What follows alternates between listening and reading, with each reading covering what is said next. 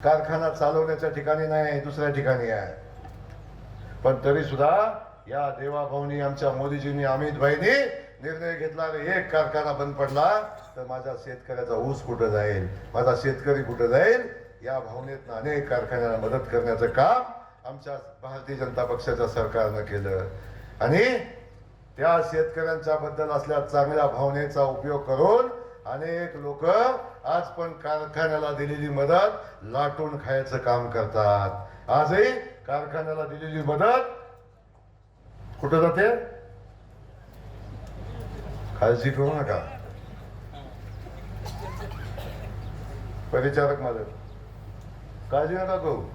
आता तुम्हाला सांगतोय, कारखानदारी कधी अडचणीत आमचं काय म्हणणं नाही, कारखाना अडचणीत आला मदत केली पाहिजे, शेवटी शेतकऱ्याचा आहे, या सगळ्या गोष्टीला आमचं म्हणणं नाही. पण एक गोष्ट लक्षात घ्या, एका गोष्टीचा विचार केलाच पाहिजे, त्याचा हिशोब पण ठेवलाच पाहिजे का. तेव्हा आबा काळजी घ्या, नादाला लागायचं नाही, सांगून ठेवतो मी. विषय क्लियर है, हम किसी के रास्ते में जाते नहीं, जो हमारे रास्ते में आता है उसे छोड़ते नहीं.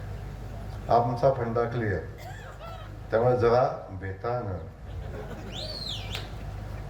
पण बाकी सगळं जाऊ द्या, मला त्या विषयावर अधिकच बोलायचं नाही, तो आपला विषय नाही.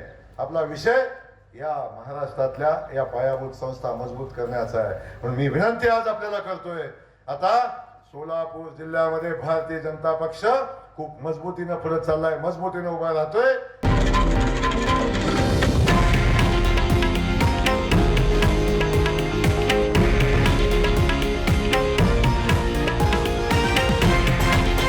हे आहे देशातील नंबर 1 न्यूज नेटवर्क आणि आपण पाहत आहात TV9 मराठी, एकमेव.